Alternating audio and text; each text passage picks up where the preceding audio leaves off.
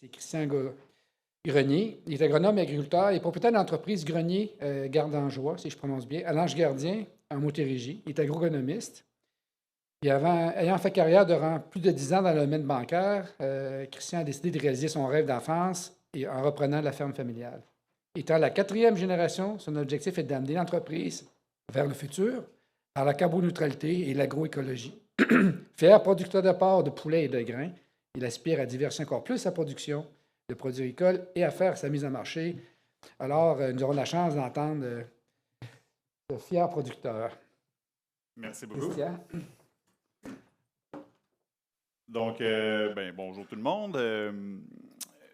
C'est ça. Je suis un agriculteur, je ne suis pas un chercheur, donc ça va être beaucoup plus léger. Puis je pense que pour finir la journée, ça va juste bien faire. On m'a demandé de présenter mon projet. C'est ça. Je vais vous présenter mon projet de biométhanisation. Ça fait maintenant, à la fin du COVID, j'étais dans mon sous-sol en train d'être banquier, puis je commençais à rêver de comment reprendre la ferme. Puis le projet de biométhanisation était un des jalons très importants de reprendre l'entreprise. Donc, j'ai commencé à travailler ça en 2020. On est en 2025 et on espère construire cette année. Donc, c'est de longue haleine, mais je vais vous présenter ça en détail. Pour commencer, juste faire la petite histoire, qui suis-je? Je sais que Stéphane le dit un peu. Dans le fond, je suis quatrième génération sur la ferme familiale. La ferme, initialement, par mon arrière-grand-père, c'est des vergers. Donc, on a 75 acres de vergers et on fait des pommes, mais on les loue parce qu'on n'a pas le temps de s'occuper des vergers. On a du poulet, on fait environ 80 000 poulets par année. Non, 650 000, ouais, excuse. C'est 80 000 par période. Ma femme est là, hein, c'est toujours bon d'avoir sa femme pas loin. Non, hein, 80 000 poulets, c'est pas bien, c'est par période. Puis 45 000 porcs par année environ. Comme il a été dit, j'ai été pendant 13 ans dans le domaine bancaire. Donc, je suis agroéconomiste, je suis allé à l'Université Laval et la ferme n'était pas prête à être prise, disons, quand j'ai fini mon bac.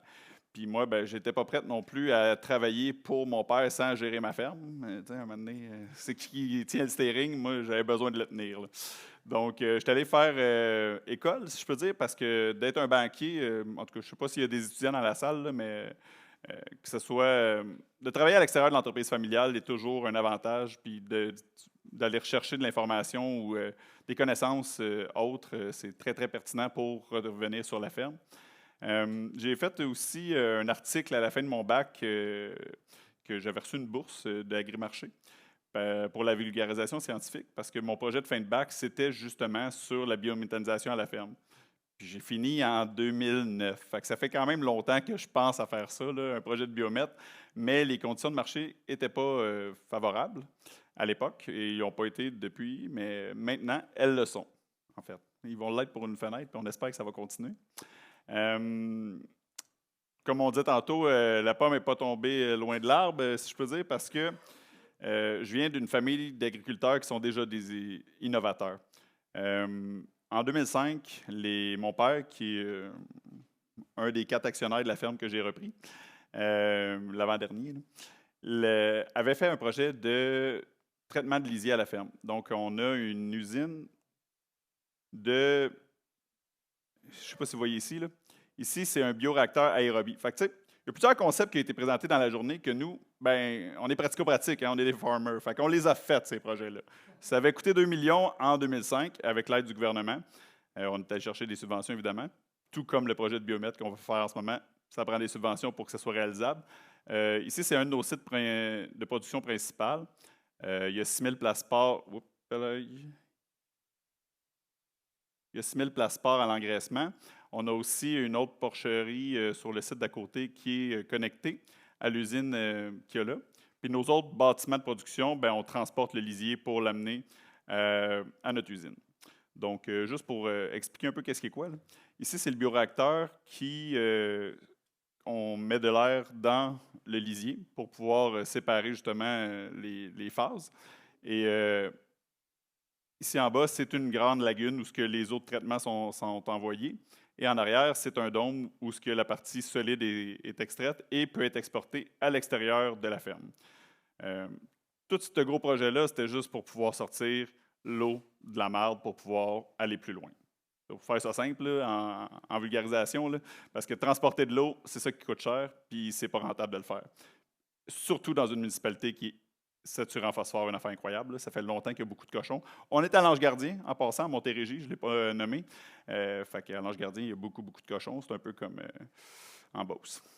Fait que, mais le site, par contre, c'est ça, c'est en 2005, fait que ça fait 20 ans qu'on a fait l'usine. Puis des équipements qui travaillent dans du lisier, ben c'est ça. Après 20 ans, elles sont très, très fatiguées.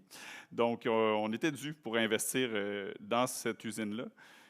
Puis moi, ben, comme je l'ai dit tantôt, en 2009, ça m'intéressait déjà la biomètre. Puis j'étais comme, en 2005, j'avais dit à mon père, hey, fais pas ça, fais pas le projet de même, mets une toile dessus, puis fais le même projet, mais tu sais, capte le gaz, puis on va faire de quoi avec. Là. L'énergie, on n'en aura jamais assez. Ça n'avait pas passé. Ils ont fait leur projet. Puis, mais moi, j'avais toujours gardé ça en tête. Puis au début, ce que je voulais faire comme projet, c'était juste justement de faire un projet simple, puis de mettre une toile par-dessus le bioréacteur, puis de revaloriser les infrastructures qu'on a actuellement. C'était pas viable de le faire comme ça. Dans le fond, voici le projet qu'on va construire cet été. C'est beaucoup plus ambitieux, je peux dire, parce que au final, de faire un projet de biométhanisation seulement avec le lisier porcin, c'est non viable. Le lisier porcin va faire du biogaz, mais ne fera pas suffisamment de gaz naturel renouvelable pour qu'un projet se paye. Donc, tu dois mettre une soupe optimale, je peux dire. Tu dois aller chercher du lisier puis du fumier puis des intrants agroalimentaires pour que ça fasse du sens, pour que ta recette soit optimisée. Fait que juste pour le mettre ça clair, on a réussi à passer notre projet à la CPTAQ. Je dis réussi parce qu'il y a beaucoup de projets de biométhanisation qui ont la contrainte de se faire refuser à la CPTAQ. C'est très difficile de passer à la CPTAQ, un projet comme ça, parce que c'est considéré comme un projet industriel, à cause que, comme je disais tantôt, je prends des lisiers fumiers de d'autres producteurs. Si j'avais 51% de mes lisiers qui étaient produits à la ferme, j'aurais même pas eu besoin de demander à la CPTAQ, j'aurais pu faire mon usine. Mais là, je suis comme un abattoir ou comme un centre de grains qui prend c'est des revenus commerciaux. Donc, la CPTAQ a dû l'approuver, mais elle l'a approuvé, ce qui est une très bonne nouvelle. Ils ont compris le bien fondé de la revalorisation des infrastructures existantes.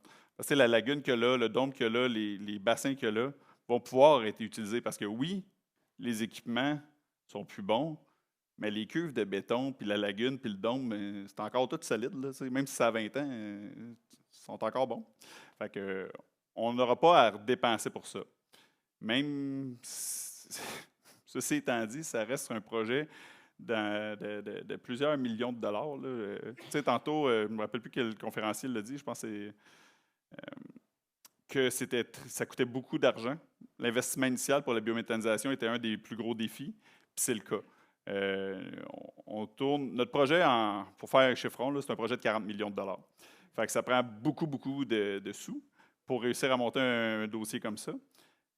Mais le gouvernement du Québec est là, puis le plan pour l'économie verte qui finance la journée d'aujourd'hui, ben, finance aussi ce projet-là. C'est les mêmes fonds, au final, la même poche.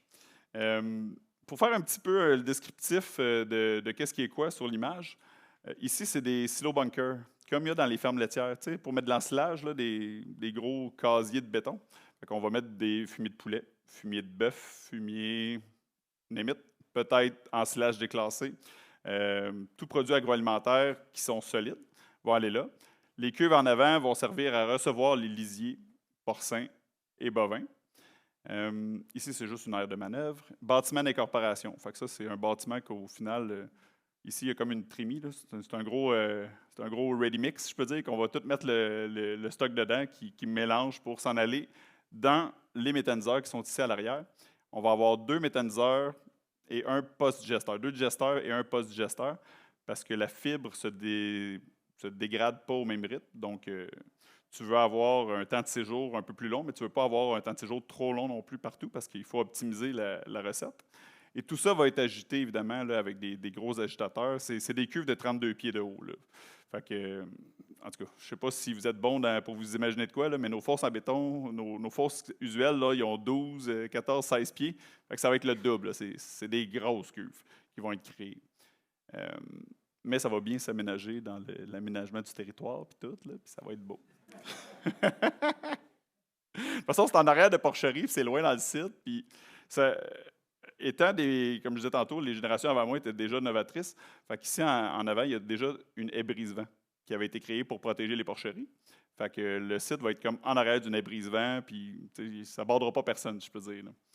Puis de toute façon, une usine de biométhanisation, ça pue moins que 5 porcheries. Fait que ça va déjà être correct. Je vais passer très vite sur celle-là, mais juste faire un petit éclaircissement. Là. On en a parlé tantôt un peu de la biométhanisation. Ce qui était parlé, c'était juste de récupérer les gaz produits par le lisier. Mais comme je disais tantôt, ça n'en fait. Là. Le lisier porcin fait du gaz, mais il n'en fera pas assez. Puis le lisier de vache en fait encore plus. Puis le fumier de vache en fait encore plus. Le fumier de poulet en fait bien. Puis ce qui est intéressant, c'est de pouvoir réussir à récupérer de l'agroalimentaire. Dans notre projet, il n'y aura aucune boue d'abattoir ni boue de station d'épuration municipale. Il va y avoir de l'agroalimentaire, mais ça va être, je dis de l'agroalimentaire noble, dans le fond, des sous-produits de l'industrie qui vont venir chez nous. On voit le même setup un peu en 3D. Actuellement, là, on a ça de construit. On a fait les silo bunkers parce que ça passait encore sous l'agricole. Mais cet été, on espère pouvoir construire tout le reste. Là. Il nous manque juste une autorisation finale. Et ouais, juste une petite autorisation ministérielle pour le ministère de l'Environnement, qui est très, très facile à avoir. Mais en gros, c'est ça. Faire un gros projet faire un projet de cette ampleur-là, il faut être intelligent dans l'approche. Il faut mitiger nos risques. Puis un des plus gros risques, c'est justement l'approvisionnement. Tantôt, je disais l'agroalimentaire, on a le droit jusqu'à 25 des intrants. Nous autres, on va faire un projet d'environ 100 000 tonnes d'intrants par année. Il y en a environ 25 000 tonnes qui proviennent de la ferme. Puis il va y avoir une autre 25 000 tonnes qui va venir de l'industrie agroalimentaire. D'où le partenariat avec cet individu-là. Là. C'est Stéphane Lemoine, qui est producteur porcin aussi, mais qui est aussi propriétaire de ProRec. Puis ProRec, ben, ça récupère déjà des intrants agroalimentaires pour la nutrition animale, mais étant le pied dans ces usines-là, ils ont déjà accès à plein d'autres intrants qui s'en vont à l'enfouissement, puis qui pourraient être valorisés dans notre usine. Donc, ProRec va être actionnaire du projet, Et l'autre individu, c'est Simon Naylor, qui est le fondateur de Viridis. Viridis, eux, ben, tantôt je parlais de boue municipale, de MRF, de revalorisation dans les champs. Eux autres, c'est plus ça leur créneau que Viridis fait. Donc, ils ont une très grande expertise pour nous aider à revaloriser le digesta après le projet. Mais Viridis s'est associé aussi avec le groupe Kéon pour fabriquer la compagnie Kéridis. C'est Kéridis qui va être actionnaire dans le projet. Et Kéridis, ben, dans le fond, le groupe Kéon, c'est les Français qui ont 80 usines de biométhanisation en France. Donc, nous, moi, je ne dis pas de trouble, m'a appelé mes voisins, m'a vous en trouver de la marde. Mais construire une usine de même, c'est pas mon dada. Chercher le financement, pas de trouble aussi, c'est dans ma cour, je m'en suis occupé. Mais c'est ça. Fait que de s'associer avec des gens qui vont pouvoir te la construire dans les délais, puis de la faire marcher le plus rapidement possible, toute la game est là. Puis de t'assurer que ce qu'il va y avoir dans ta soupe est le plus méthanogène possible, ça aussi, c'est très important. Donc, on a fait comme un team de feu, là, si je peux dire. Là. Pas pour se vanter, là, mais en tout cas, on est bien fiers de notre équipe pour le projet. Puis, je pense que tous les projets de biométhanisation devraient avoir une approche un peu similaire, là, de ne pas penser que c'est magique, là, puis qu'on va juste mettre du fumier dans une cuve, puis ça va faire du gaz. Ça va le faire, mais ça ne payera pas ton investissement si tu n'as pas ta recette optimale. Donc, avec ce partenariat-là, vous pouvez voir ma femme qui est ici aussi, Stéphanie. Je ne l'ai pas nommée, là, mais c'est une autre individu très importante. Là, elle va être la directrice du projet parce que c'est ça. Moi, j'ai des cochons à faire élever. Là. Puis j'aime ça. Ah, c'est ça. Ah, exactement. Ah non, écoute, ça gère cette femme-là. Là, c'est incroyable. Ouais. Elle a un bac en administration. Fait qu'on s'est rencontrés à l'Université Laval, justement. Là, c'est ça. C'est important d'être complémentaire. Dans le fond, c'est ça un peu. Les 4 individus, on est hyper complémentaires sur le total. Puis vous me faites dévier, là, mais c'est correct. On est en fin de journée, c'est parfait. C'est pas comme si j'avais vraiment un script au final. Donc, oui, l'équipe, on va chacun à nos forces. Ça fait bien parce qu'on n'a pas de... C'est très clair là, qui fait quoi. Puis dans un projet comme ça, quand tu présentes justement à des banquiers, que tu présentes au ministère, ben ça fait très solide d'avoir une équipe pour monter un projet comme ça que juste le petit grenier avec sa ferme. Puis oui, j'ai de la marde, là, mais c'est pas assez là, pour faire un projet. Puis, tu sais, je sais que depuis le début de la journée, on est très dans le théorique, là, puis dans les chercheurs, puis la recherche. Mais dans le pratico-pratique, c'est pas assez. C'est dans le sens que, on l'a dit tantôt, là, je suis agroéconomiste de formation. Le payback d'un projet comme ça est hyper important. Tu ne peux pas investir 40 millions puis que ça se paye en 30 ans. Je veux dire, ça ne fera pas de sens. Ce n'est pas une terre agricole. C'est un projet qui est risqué, de un. De deux, les équipements, ben, il va falloir les changer. On l'a dit tantôt, mon usine, il faut les changer les équipements. Fait que tu as besoin d'avoir un payback assez rapide pour pouvoir réinvestir dans ton usine. Là. Puis juste pour revenir sur le projet, je vais peut-être pas. Bon, j'ai oublié de mentionner qu'il y a un autre partenaire qui n'était pas dans la photo, qui est un partenaire dévié, je peux dire, là, mais tout le gaz qui va être produit par le projet, qui s'appelle GPK Bioénergie, en passant, je ne l'ai pas nommé. Le grenier Gardangeois, c'est ma ferme familiale, notre ferme. Mais GPK Bioénergie, c'est le partenariat entre les trois acteurs. Là. G pour Grenier Gardangeois, P pour Porec, K pour Kéridis.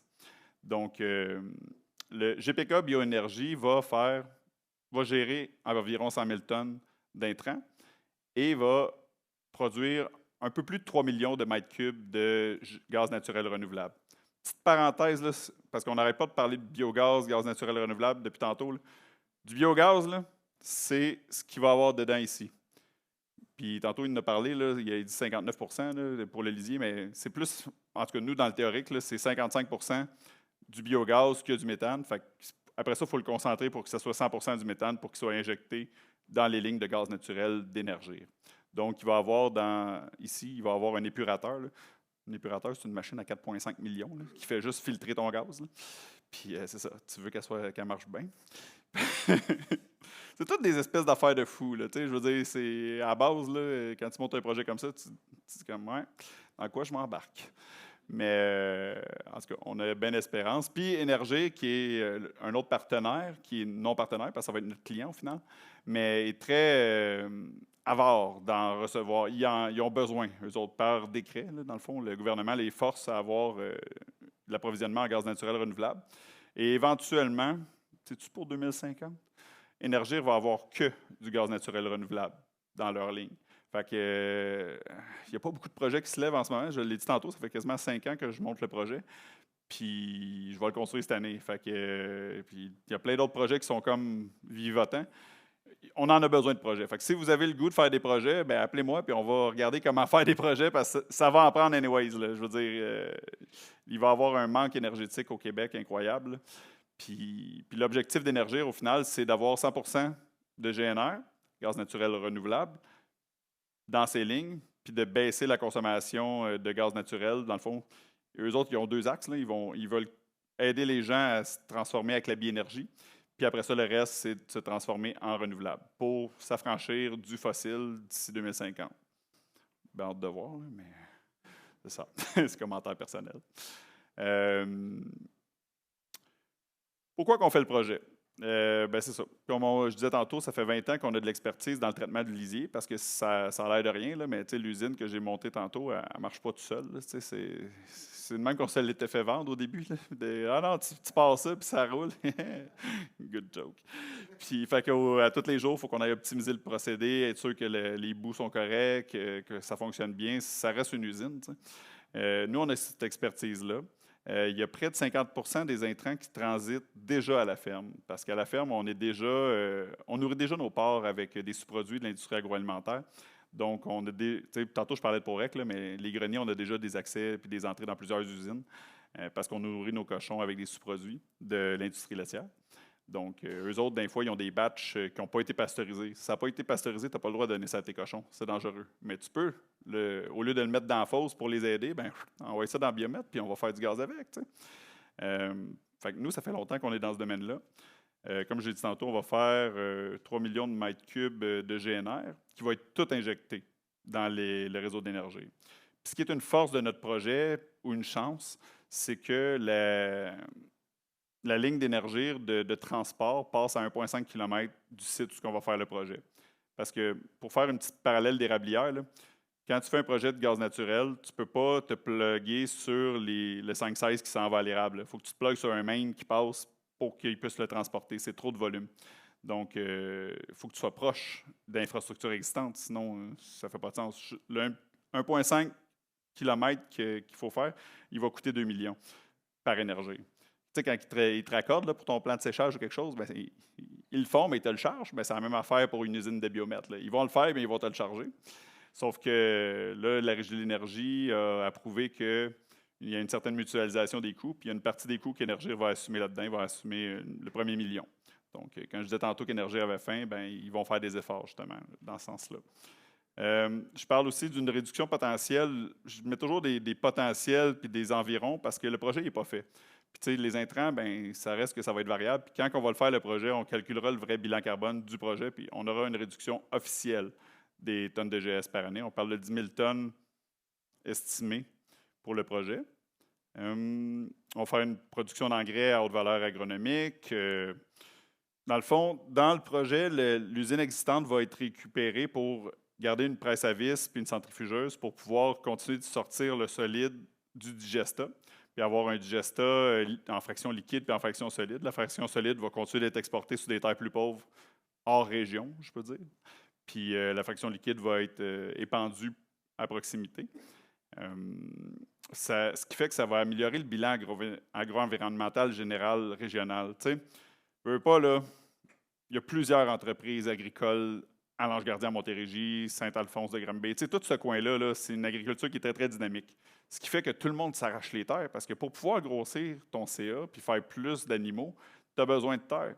Mais là, les terres sont plus achetables parce que tu es coincé de l'acheter pour pouvoir faire plus de lait ou pour pouvoir faire plus de cochons ou plus de poulet. Ben, pour le poulet, ils n'ont pas de problème, là, ils exportent en masse le fumier. Mais ça fait que ça met beaucoup, beaucoup de pression sur les terres agricoles. Que si on fait les gars embarquent dans un projet comme ça puis qu'ils veulent augmenter, ben on peut exporter la fraction solide qui a beaucoup de phosphore dedans, puis on peut arrêter de se battre entre nous autres pour acheter les terres. Puis regarde, cette terre-là, tu veux, elle est proche de chez vous, prends-la. Mais celle-là, moi, j'aimerais gros l'avoir, elle est proche des miennes. Tu sais.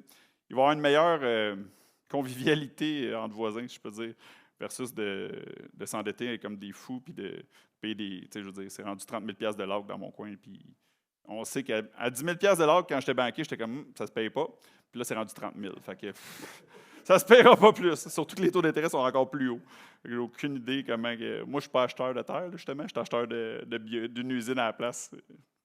Avec les profits qu'elle fera, je n'achèterai. Si ça marche. Pérennisation des opérations de l'entreprise et ses partenaires. Mais c'est un peu dans cette logique-là. Tu sais, d'avoir une place qui va gérer le phosphore puis le problème environnemental, justement, des déjections, bien, ça va venir de s'éteindre.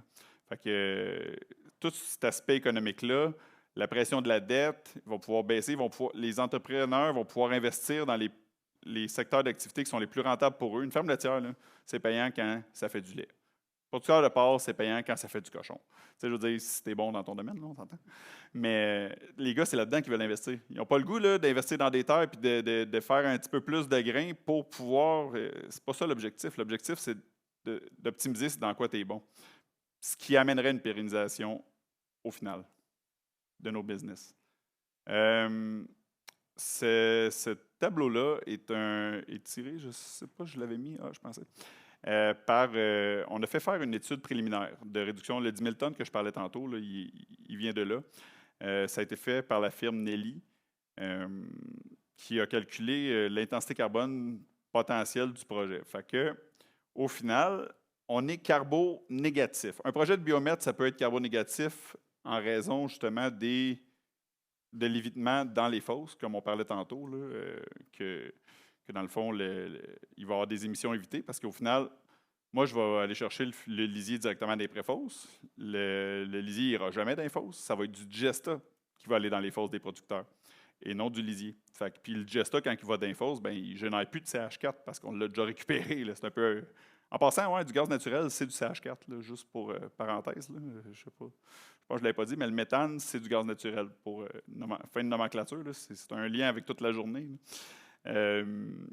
Puis, dans l'analyse de cycle de vie, ben, c'est ça. Il y a deux créneaux. Il y a attribuable aux fermiers, dans le fond, l'évitement sur les entreprises agricoles. Puis il y a attribuable aux consommateurs de GNR parce que le client qui décide d'acheter la molécule de gaz naturel renouvelable, ben lui, il ne prend plus du gaz naturel fossile. Fait que lui, il a un meilleur bilan de son entreprise. Mais c'est deux choses, tu sais. Ce qui est l'évitement à la ferme versus l'évitement de prendre du fossile, c'est je veux dire, deux réductions différentes qui sont calculées, puis qui ne sont pas attribuables à la même raison, puis que dépendamment des marchés dans lesquels on se trouve, comme parlait Raphaël tantôt, ne sont pas valorisables nécessairement de la même manière. Là, je ne veux pas rentrer dans les détails de la patente parce que je ne veux pas vous perdre, parce que même nous, on est en train de négocier avec Énergir sur comment pouvoir mettre en wording, là, excusez l'anglicisme, cette répartition-là des attributs environnementaux, et c'est très complexe.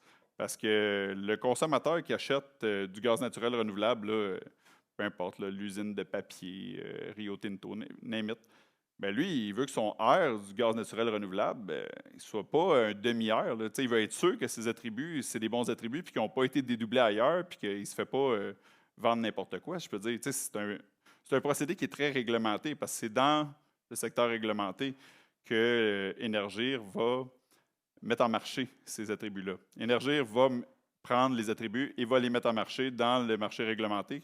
Tantôt, on le disait, là, le 25 000 tonnes, 10 000 tonnes, puis il y avait dans les secteurs d'activité, production et distribution de carburant, bien, Énergir rentre là-dedans. Eux autres, ils ont le droit d'accéder au marché, puis ils ont le droit d'en vendre, puis ils veulent en vendre, en fait. C'est un peu le but de la patente aussi.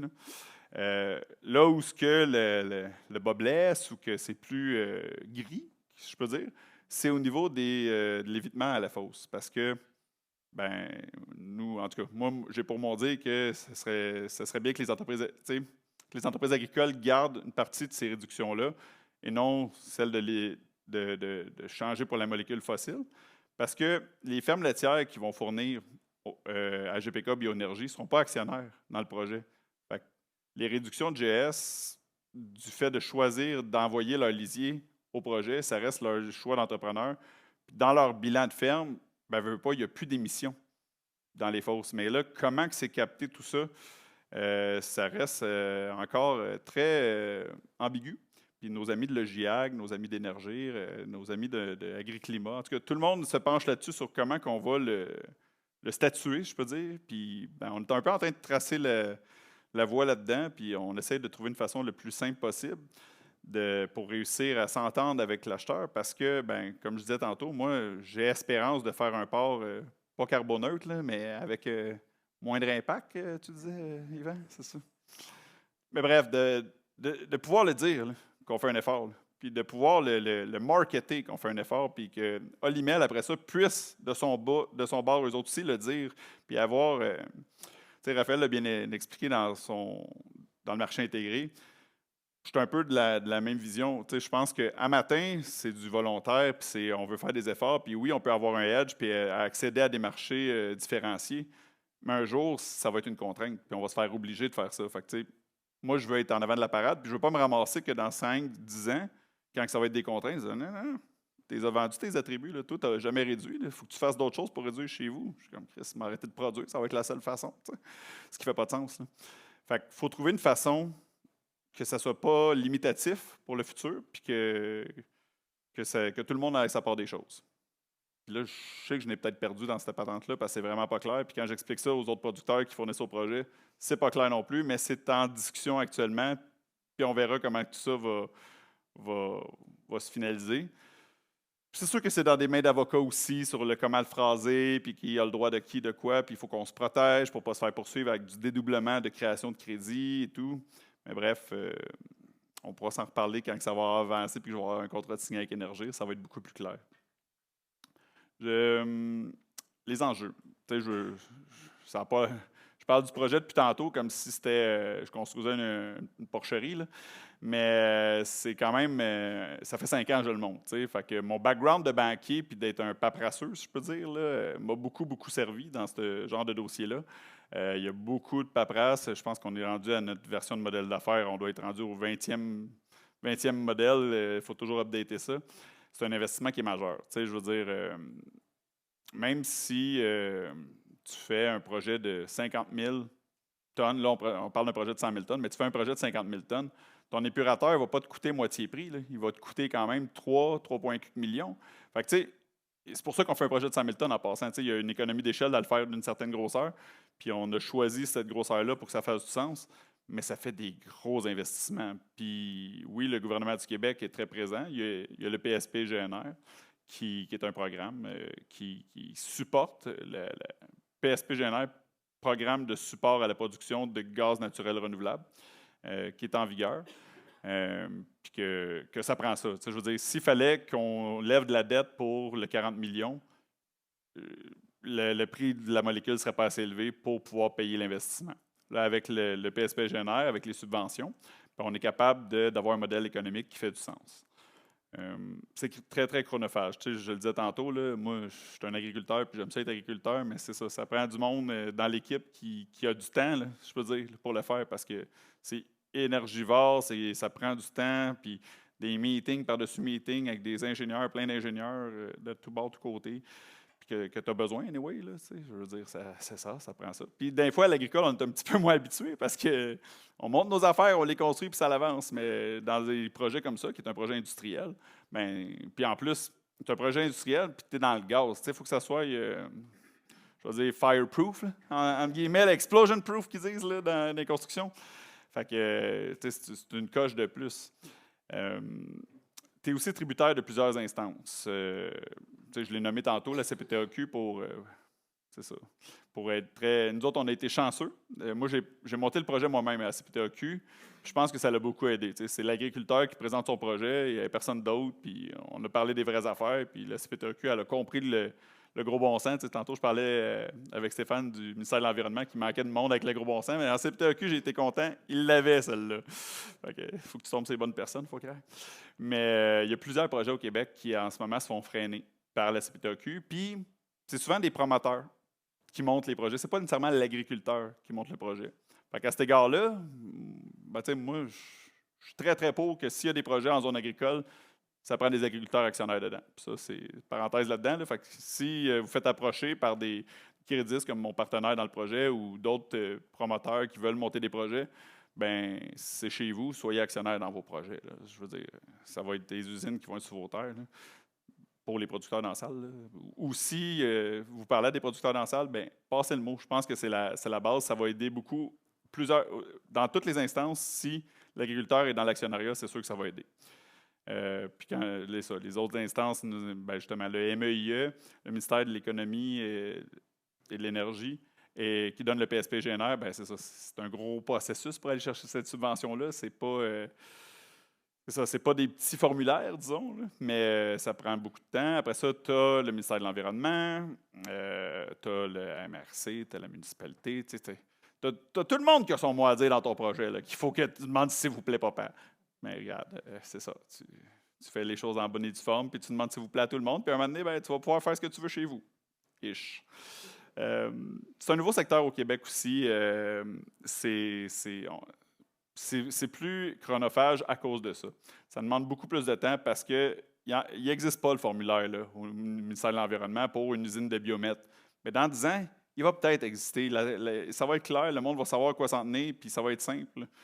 Donner un exemple, dans notre CPTAQ, nous, on fournit 30 % des intrants de notre usine. Tantôt, j'ai dit 25 sur 100, là, mais en tout cas, c'est plus 30 sur 100 là, avec le fumier de poulet. Puis, ce 30 % ben, ils l'ont repris dans d'autres jugements que la CPTAQ a donnés. Parce que dans notre jugement, ils l'avaient pris puis ça faisait jurisprudence. Fait que vu qu'on avait tracé le chemin, ben là, ça a fait boule de neige, puis ils le réutilisent après. Fait que quand tu traces le chemin au début, tu ne sais jamais sur quoi que ça va tomber, puis ça demande beaucoup plus d'énergie pour réussir à l'obtenir. Fait que vous me direz merci dans 10 ans. Mais non, blague à part, c'est ça. On est content de le faire, il faut être innovateur, puis je pense que ça va être bon pour... honnêtement, ce projet-là va être bon, oui, pour nous, là, la famille Grenier, mais ça va être bon pour les producteurs alentours, ça va être bon pour l'économie du Québec au complet, parce que quand on voit des choses comme ça qui arrivent, je veux dire, avec les États-Unis, puis qu'on ne sait pas ce qui va se passer, d'avoir une petite usine sur le site qui fait du gaz naturel, là, si l'Alberta devient américaine, ben, on va être content de l'avoir à l'Ange Gardien, là, on va le dire de même. ça nécessite un haut niveau d'expertise. Puis, tu sais, je le disais tantôt, là, moi, je suis un ancien banquier, je suis agronome. Je suis habitué avec la paperasse, mais c'est pas tous les producteurs agricoles qui le sont. Puis, c'est sûr que ça demande beaucoup de connaissances pour monter un dossier comme ça. Puis là, je ne parle pas que de moi. Là. Je veux dire, Stéphanie, comme je disais tantôt, est en administration. Les autres partenaires, c'est tout du monde qui sont très allumés. Puis il faut s'entourer de gens qui ont les expertises parce que on a toutes nos expertises dans notre domaine, mais on ne peut pas avoir les expertises dans tout. Puis on ne peut pas vouloir les avoir non plus. Là. Quand même, on veut tout apprendre, ça ne sera jamais le cas. Là. Mais il y a des motivations, comme je disais tantôt. C'est un projet qui vise vers la carboneutralité, vers l'agroécologie. Il y a plusieurs avantages à faire ce projet-là. C'est pour les producteurs agricoles, diversification des sources de revenus. C'est un peu obvious, là. Mais oui, je suis un producteur. Moi, je suis la 4e génération sur la ferme. Mon arrière-grand-père faisait des pommes. Mon grand-père faisait du poulet. Mon père faisait du porc. Et moi, je vais faire du propane. On rajoute toujours à l'entreprise. Là. Ça, c'est le fun, dans le sens que faut pas. Je voulais pas reprendre l'entreprise pour juste reprendre l'entreprise. Moi, je voulais prendre l'entreprise pour l'amener ailleurs. Puis ce projet-là, ben c'est ça, c'est un des projets majeurs. Là. Mais c'est un des jalons de l'entreprise parce que je fais ce projet-là pour pouvoir aussi, éventuellement, faire du sport plus éco-responsable, pour pouvoir avoir un edge différent sur quand on va vouloir le vendre. T'sais. Puis c'est super bien là, le porc bio, puis ce que Du Breton fait. Là. Mais moi, souvent dans ma vie, je n'ai pas eu les moyens d'en acheter. Puis j'ai pas les moyens d'acheter la moulée pour nourrir mes cochons en porc biologique. Fait que, tu sais, il y a plusieurs aspects qui sont beaux pour l'environnement du biologique, mais qui ne sont peut-être pas soutenables au niveau économique de la patente. Fait que d'avoir un projet qui va vers une carboneutralité comme celui-là, ben ça donne un mitoyen entre le porc de commodité et le porc bio. C'est, là, appelez-les comme vous voudrez, là. Mais c'est pas moi qui fais le marketing. Aussi, le contrôle des sources d'énergie. Je le disais tantôt, là, avec le contexte géopolitique, mais c'est sûr que d'avoir moi-même mon gaz naturel pour me chauffer, mes poulaillers puis mes porcheries, comment je dirais ça? Ça va me rassurer dans le futur d'être sûr que je vais avoir du gaz all the way. Là. Puis, tu sais, quand tu fais du gaz naturel ou du biogaz, ben, tu peux aussi te faire de la cogénération avec une génératrice puis faire ton électricité et tout. Là. Au Québec, on ne manque pas d'électricité là, actuellement. Là. Mais si dans le futur, ça se met à grossir puis que toutes les industries veulent avoir de l'électricité verte, on ne sait pas, il va peut-être en manquer. Là. Il en parlait justement qu'il faut faire un deal avec le Labrador pour en construire là-bas et tout. Fait que je pense que de créer de l'énergie, ça ne sera jamais perdu. On va le dire comme ça. Puis l'agriculture est un des secteurs qui a le plus gros potentiel d'en fabriquer de l'énergie, puis on n'est pas là. On n'en fait pas. Mais ça serait, tu sais, partout en Europe, ils en font parce qu'eux autres, ça fait longtemps que leur énergie est chère. Là. Puis, nous autres, notre marde, elle fait de l'énergie propre. C'est contre-intuitif avec de la marde, là. Mais je pense que c'est juste pertinent qu'on se réveille, là, tout le monde. Là, puis que, tu sais, Yvan parlait tantôt qu'il faudrait se mettre plusieurs ensemble pour faire un port de spécialité ou quelque chose pour pouvoir ou pour mettre des crédits compensatoires sur le marché. Ben, c'est un peu la même logique pour l'énergie. Tu sais, ma ferme, notre ferme familiale est quand même un certain volume. Fait que, tu sais, on a une capacité de faire le projet. Mais pour des plus petites entreprises, mettez-vous à la gang, puis il faut arrêter de se limiter par secteur d'activité. La meilleure recette pour faire du biogaz, ça va être une soupe diversifiée. Je veux dire que le producteur de mouton qui a de la paille dans sa marde de mouton, après ça, l'autre de poulet, l'autre de dinde dans le rang, qu'on se mette tout ça ensemble puis qu'on fasse un beau mix qui va faire du gaz. Ça va être. Faut que. C'est un peu. Ça fait spécial parce que je suis sur les éleveurs de porc là, de ma fédération. Mais je pourrais être sur ceux de poulet, je pourrais être sur ceux de grande culture. Puis on est tous en silo. Mais un projet comme ça, puis les projets de biomètre, ça a besoin que toutes les spécialités se mettent ensemble, puis que, hey, comment on les monte, ces projets-là, puis comment on peut s'entraider entre agriculteurs. Fait que, ça, c'est un vœu pieux pour le futur, là, puis on verra si ça va marcher. Merci à tous les commanditaires, dont le plan pour l'économie verte, là, qui finance aussi mon projet. Merci beaucoup.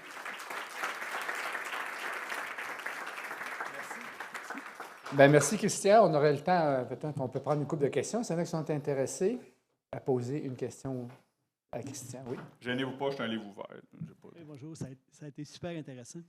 Luc Pellin, je me demandais comment a été perçu dans votre milieu. On a vu quelques projets qui n'ont pas décollé, qui ont eu de la difficulté à décoller. Comment ça a été perçu dans votre dernier? Excusez, dans votre...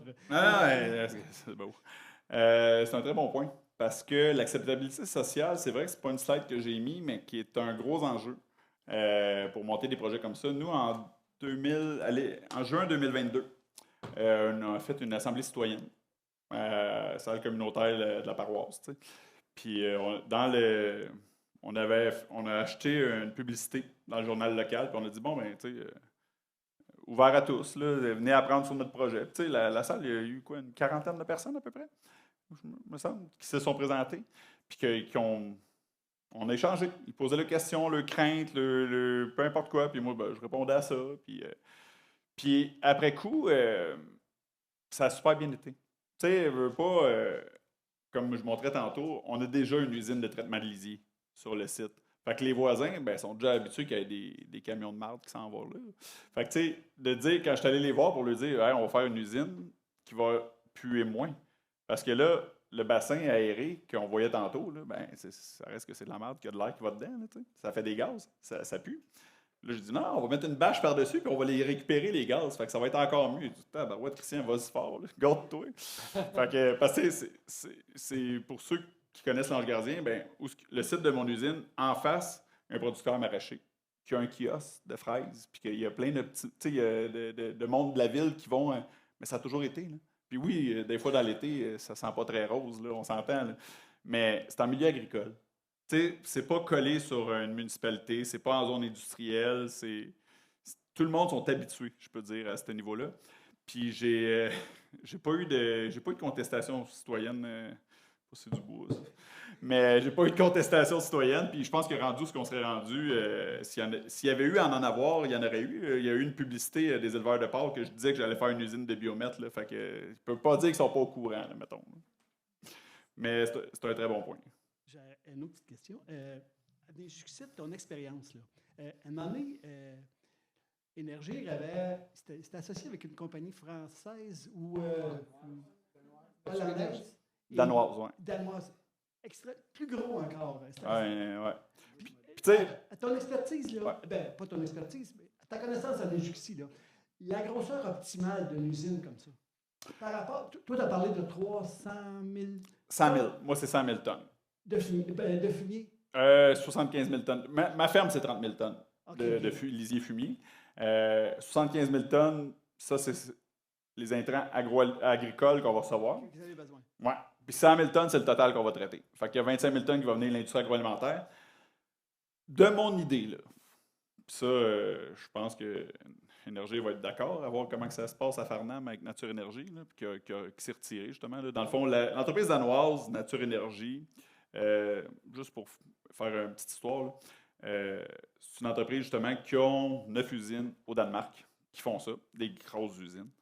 Puis, ben, pour faire aller chercher des crédits compensatoires, Shell a racheté cette compagnie-là en 2021-2022 pour justement acheter à gros prix parce que là, il y avait des potentiels de croissance au Canada puis aux États-Unis pour faire comme 10 usines au Canada, 10 usines aux États-Unis. Fait que là, la propension de potentiel de BAYA puis tout, ben, eux autres, ils ont investi là-dedans à Shell. Puis Shell, au final, là, que ces usines-là ne fassent pas une scène, mais qu'ils fassent des crédits, ben, c'est ça qu'ils voulaient là, pour pouvoir continuer de faire du fossile.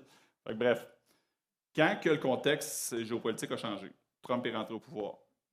Bonne chance que il y a des bonnes chances que les conservateurs, je ne veux pas parler d'avance, là, mais le contexte n'est plus le même. Shell a fait comme l'environnement va sûrement prendre le bord. Plus besoin de faire ces projets-là. On se retire des développements de projets en Amérique du Nord. Fait que Shell s'est retiré. Shell était le partenaire d'Énergir dans ces projets-là. Énergir avait, je pense, c'est 40 % de ces projets-là. Donc là, Énergir se cherche des partenaires pour les monter. Mais leur modèle économique n'était pas viable. Dans mon expertise, je peux dire, ou selon moi. Nous, là, l'usine, il ne faut pas qu'on aille chercher du lisier ou du fumier. Ben, du fumier, on pourrait aller un petit peu plus loin parce que c'est solide, là. Mais il ne faut pas aller chercher du lisier à plus que 10 km. Ouais. Si tu vas à plus que ça, tu leur perds sur le coût de transport. Là, comme je disais tantôt, transporter de l'eau, c'est pas payant. Puis eux autres, ben, Nature Énergie, ils se rendaient à 40, 50 km, puis ça allait loin. Ça faisait pas de sens. Là. Je veux dire, puis là, après ça, comme la quantité de municipalités que tu touches, fait que tu bordes avec tes trucks pleins de lisiers qui passent partout. Je suis comme moi, il allait passer dans mon rang avec du monde de Roxton Pound, de Roxton Falls, de Saint-Joachim-de-Shefford pour s'en aller à Farnham. Parce que le projet était à Farnham. Puis j'étais comme, ils vont passer devant une usine de biomètre pour aller à une autre usine. J'étais comme, ça fait aucun sens. Là. Mais il avait le droit de le monter, puis c'est libre marché, puis c'est correct. Puis il n'était pas en compétition parce que moi, mes agriculteurs, ben c'est ça, on est entre nous autres, puis les gars, ils me font confiance. Puis tu sais, justement, ces agriculteurs-là, ben c'est pas de première génération non plus. Fait que leur père puis leur grand-père, ben ils connaissaient mon père puis mon grand-père. Fait que tu sais, quand t'es des familles agricoles, tu te tiens ensemble, puis ça va bien. Fait que ça a bien été le monter, puis j'avais pas peur de me faire voler. Mais ça a été quand même de la compétition. Puis ça, petite parenthèse là-dessus, là. Tu sais, ce projet-là à Farnham, ben c'est Énergie qui est dedans actionnaire, qui me faisait de la compétition. Mais c'est mon seul acheteur pour mon gaz. C'était comme. C'était un peu difficile à dormir le soir quand tu penses à ça. Puis surtout que tu es un petit producteur, tu n'as aucun pouvoir contre ces Goliaths-là. Là. Fait que, en tout cas, ça pour dire que je pense que le modèle économique entre 50 000 et 100 000 tonnes, c'est les meilleurs projets qui pourraient pas lever. En bas de 50 000 tonnes, ça va être difficile parce que les investissements sont trop gros pour l'économie d'échelle. Pour répondre à la question. Merci, Christian. On va être obligé de mettre fin à la conversation. Je te remercie beaucoup. Ça fait plaisir. Très bien. Appelez-moi.